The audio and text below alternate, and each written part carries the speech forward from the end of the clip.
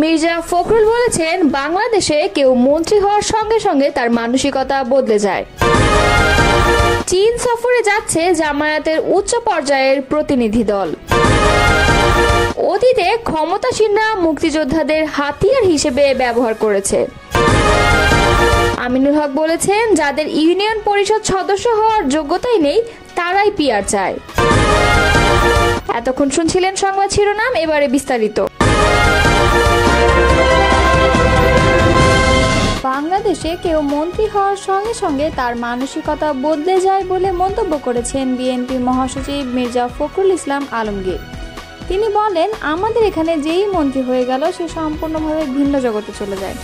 তার স্যালুট, তার বাঁশি, তার গাড়ির সামনে একটা গাড়ি, পেছনে আর একটা গাড়ি, এই যে মানসিকতাটা তৈরি হয়, এই মানসিকতা আমাদেরকে ধীরে ধীরে ওই ডিক্টেটরের দিকে নিয়ে যায়। এই মানসিকতা থেকে আমাদের বের হয়ে আসতে হবে। মঙ্গলবার রাজধানীর বাংলা একাডেমিতে সিভিল ডিসকোর্স ন্যাশনাল 2025-এর সমাপনী অনুষ্ঠানে মির্জা ফখরুল এসব কথা বলেন। ঢাকা কলেজ ডিবেটিং সোসাইটি এবং দ্য বাংলাদেশ ডায়ালগ যৌথভাবে এই অনুষ্ঠানের আয়োজন করে। মির্জা ফখরুল বলেন, সময় তো ভালো যাচ্ছে না, এখন অনেকেই অনেক কথা বলছেন, অনেকেই মন খারাপ করছেন। আমি সবসময় আশাবাদী মানুষ, বয়স আমার অনেক, তবে আমি সবসময় আশাবাদী মানুষ। আমি মনে করি এরপর ভালো সময় আসবে, আরও ভালো সময় আসবে। তিনি বলেন, জেনারেশন গ্যাপ অনেক বেশি, ওদের বুঝতে আমাদের সময় লাগে। আমার মনে হয় আমাদের বুঝতেও হয়তো ওদের সময় লাগে, যে কারণে এখন অনেক রাজনৈতিক সমস্যাও কিছু কিছু দেখা দিচ্ছে। এটিকে অন্তত একখানে আনা যেত, তাহলে বোধহয় অনেকগুলো সমস্যার সমাধান হতো। বিএনপির মহাসচিব বলেন, জেনজিদের সঙ্গে আমাদের পরিচয় খুব কম, পরিচয়টা বাড়ানো দরকার। আবার ঢাকার চিন্তাভাবনার সঙ্গে ঠাকুরগাঁওয়ের চিন্তাভাবনা এক নয়, এই দূরত্ব মেটাতে হবে। তা না হলে আমরা যে প্রজন্ম, যে শক্তি, যে আর্মি তৈরি করতে চাচ্ছি, যেই আর্মি আমাদের বাংলাদেশকে বদলে দিবে, সেই জায়গায় আমরা আসতে পারবো না। তরুণেরা দেশের জন্য ভবিষ্যৎ জোরালো ভূমিকা রাখবেন, এমন আশাবাদ দেখে মির্জা ফখরুল বলেন, আমাদের তরুণেরা আমাদের চেয়েও অনেক বেশি যোগ্য হয়ে উঠছে এবং তারা এদেশে ভবিষ্যতে আরও বেশি বড় ভূমিকা রাখতে সক্ষম হবে। তবে তর্ক আছে, বিতর্ক আছে, মতের অমিল আছে। আমরা লিবারেল ডেমোক্রেসিতে বিশ্বাস করি। আমরা বিশ্বাস করি আমার কথা বলার স্বাধীনতা থাকতে হবে, তোমারও কথা বলার স্বাধীনতা থাকতে হবে, এবং এটাই হচ্ছে উপযুক্ত গণতন্ত্র।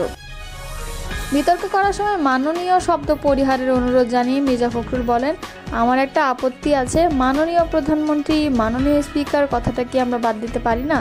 আমার কেন জানি মনে হয় এই মাননীয় কথাটা থেকেই কিন্তু সমস্ত অটোক্রেসির জন্ম হয়। টিভিডির পরিচালক সাইফ রুবায়ের সঞ্চালনায় অনুষ্ঠানে আরও বক্তব্য দেন ঢাকা কলেজের অধ্যক্ষ অধ্যাপক AK ইলিয়াস, ঢাকা বিশ্ববিদ্যালয়ের অধ্যাপক মোহাম্মদ নাজমুজ্জামান ভুইয়া, টিডিবির ব্যবস্থাপনা পরিচালক রুবায়েত মান্নান রাফি প্রমুখ। চীন সফরে যাচ্ছে বাংলাদেশ জামায়াতে ইসলামের শীর্ষ নেতাদের একটি প্রতিনিধি দল। 9 সদস্যের প্রতিনিধি দলের নেতৃত্ব দেবেন জামায়াতে ইসলামের আমির ডক্টর শফিকুর রহমান। উচ্চ পর্যায়ের প্রতিনিধি দল চীন সরকারের আমন্ত্রণে আগামী 11 থেকে 15 জুলাই চীন সফর করবে। বুধবার তথ্যটি নিশ্চিত করে জামায়াতে ইসলামের ভেরিফাইড ফেসবুক পেজে একটি পোস্ট করা হয়। এদিকে গতকাল মঙ্গলবার রাতে ঢাকাস্থ চায়না দূতাবাস চীন সফরের পূর্বে বাংলাদেশ জামায়াতে ইসলামের উচ্চ পর্যায়ের প্রতিনিধি দলের সম্মানে এক সংবর্ধনার আয়োজন করে। অনুষ্ঠানে উপস্থিত থেকে বক্তব্য দেন বাংলাদেশে নিযুক্ত চীন রাষ্ট্রদূত ইয়াও ওয়েন। আমিরে জামায়াত ডক্টর শফিকুর রহমানের নেতৃত্বে সংবর্ধনায় অংশগ্রহণ করেন নায়েবে আমির সাবেক MP doctor Syed Abdullah Mohammad Tahir, secretary general সাবেক এমপি অধ্যাপক মিয়া গোলাম পরোয়ার, সহকারী সেক্রেটারি জেনারেল মাওলানা ATM মাসুম, মাওলানা আব্দুল হালিম, মাওলানা মোহাম্মদ শাহজাহান ও অ্যাডভোকেট এহসানুল মাহবুব জুবায়ের, কেন্দ্রীয় নির্বাহী পরিষদ সদস্য সাইফুল আলম খান মিলন এবং মোবারক হোসাইন, সংগঠনের শিল্প ও বাণিজ্য বিভাগের সভাপতি শহীদুল ইসলাম ও সেক্রেটারি ডক্টর আনোয়ারুল আজিম, আমিরে জামায়াতের PS নজরুল ইসলাম, ওমর হাসিব শফিউল্লাহ ও নওশাদ আলী ফরহাদ প্রমুখ। অতীতে যারা রাষ্ট্র ক্ষমতায় ছিল তারা মুক্তিযোদ্ধাদের রাজনৈতিক স্বার্থে ব্যবহার করেছে বলে মন্তব্য করেছেন জামায়াতে ইসলামের কেন্দ্রীয় মজলিসে শুরা সদস্য আবু সবুর ফকির। মঙ্গলবার জামায়াতে ইসলামী ঢাকা মহানগরী দক্ষিণের উদ্যোগে বীর মুক্তিযোদ্ধাদের সঙ্গে মতবিনিময় সভায় তিনি এই বক্তব্য রাখেন।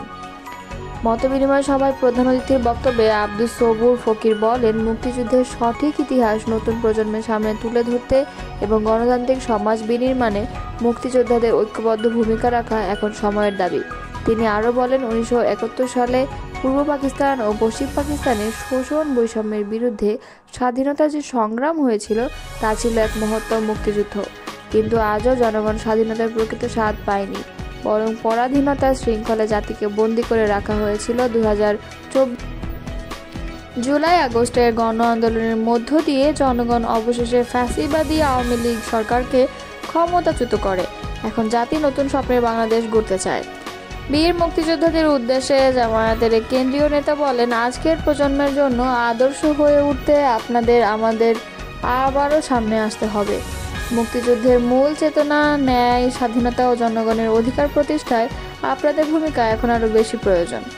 আলোচনা সভায় আরও বক্তব্য দেন জাতীয় মুক্তিযোদ্ধা পরিষদের কেন্দ্রীয় সহসভাপতি বীর মুক্তিযোদ্ধা ফজলুল হক, বীর মুক্তিযোদ্ধা মোহাম্মদ শফিকুল ইসলাম, মোহাম্মদ হাফিজ বিন সিদ্দিকী, মোহাম্মদ আব্দুল হাকিম খান প্রমুখ।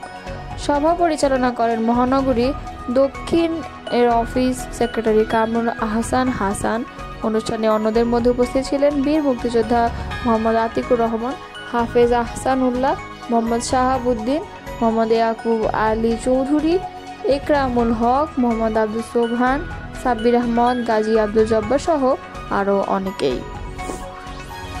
বিএনপির কেন্দ্রীয় ক্রীড়া বিষয়ক সম্পাদক ও ঢাকা মহানগর উত্তর বিএনপির আহ্বায়ক আমিনুল হক বলেছেন, যাদের ইউনিয়ন পরিষদের সদস্য হওয়ার যোগ্যতা নেই তারাই এখন পিআর পদ্ধতির মাধ্যমে জাতীয় সংসদে যাওয়ার স্বপ্ন দেখছে। এই স্বপ্ন কখনো বাস্তবায়ন হবে না, কারণ এই পদ্ধতি বাংলাদেশের জনগণের মতামতের সাথে যায় না। মঙ্গলবার গুলশান থানা বিএনপির উদ্যোগে আয়োজিত সদস্য ফরম বিতরণ ও নবায়ন কর্মসূচির অনুষ্ঠানে প্রধান অতিথির বক্তব্যে তিনি এসব কথা বলেন। তিনি আরও বলেন, আপনি নিজেও জানবেন না কে হবেন আপনার সংসদ সদস্য। জনগণ কখনোই এমন একটি অগণতান্ত্রিক ও অস্বচ্ছ পদ্ধতি মেনে নেবে না। কিছু স্বার্থান্বেষী গোষ্ঠী ও নতুন রাজনৈতিক দল গণতান্ত্রিক ব্যবস্থাকে নস্যাৎ করে দিয়ে নির্বাচনকে প্রশ্নবিদ্ধ করতে ষড়যন্ত্রে লিপ্ত রয়েছে বলে দাবি করেন আমিনুল হক। তিনি বলেন, এই ষড়যন্ত্রকারী গোষ্ঠী যতই চেষ্টা করুক সফল হবে না। জনগণের সরকারই আগামী নির্বাচনের প্রতিষ্ঠিত হবে, ষড়যন্ত্রকারীদের বিচার হবে। উল্লেখ করে বিএনপির এই নেতা বলেন, যারা আজকের নির্বাচনকে পিছিয়ে দিতে চায় তারা সবার নজরে আছে। ফেব্রুয়ারির জাতীয় নির্বাচনের পর এসব ষড়যন্ত্রকারীদের আইনের আওতায় আনা হবে, কাউকে ছাড় দেওয়া হবে না। সবাইকে ঐক্যবদ্ধ থাকতে হবে দেশের গণতন্ত্র পুনঃপ্রতিষ্ঠা করার জন্য। তারেক রহমানের নেতৃত্বেই গঠিত হবে নতুন বাংলাদেশ। মন্তব্য করে আমিনুল হক বলেন, গত 5 আগস্ট পতিত স্বৈরাচার সরকার পতনের পর আমরা স্বপ্ন দেখছি একটি শান্তিপূর্ণ, মানবিক ও সমৃদ্ধ বাংলাদেশ গড়ার। তারেক রহমানের নেতৃত্বে সেই স্বপ্ন বাস্তবায়ন হবেই। সুষ্ঠু নির্বাচনের মাধ্যমে একটি জবাবদিহিমূলক সরকার গঠন হবে, যা জনগণের কথা মতো চলবে। দলের সদস্য সংগ্রহ ও নবায়ন কার্যক্রম নিয়ে সতর্ক করে তিনি বলেন, কেউ যদি আওয়ামী লীগের দোসর বা সুবিধাবাদী সদস্যপদ নবায়ন করে তাহলে সেই দায়ভার সংশ্লিষ্ট সদস্য সংগ্রহকারীদেরকেই নিতে হবে। দল তার বিরুদ্ধে সাংগঠনিক ব্যবস্থা গ্রহণ করবে। এবং অনুষ্ঠানে আরও বক্তব্য রাখেন ঢাকা মহানগর উত্তর বিএনপির সদস্য সচিব মোহাম্মদ মোস্তফা জামান, বিএনপি নেতা কামাল জামান মোল্লা, ঢাকা মহানগর উত্তর বিএনপির যুগ্ম আহ্বায়ক এস.এম. জাহাঙ্গীর হোসেন, গুলশান থানা বিএনপির আহ্বায়ক এস.এম. মামুন, সিনিয়র যুগ্ম আহ্বায়ক মোহাম্মদ শাহজাহান কবির, মহানগর উত্তর বিএনপির সাবেক সিনিয়র যুগ্ম আহ্বায়ক আনোয়ারুজ্জামান আনোয়ার প্রমুখ।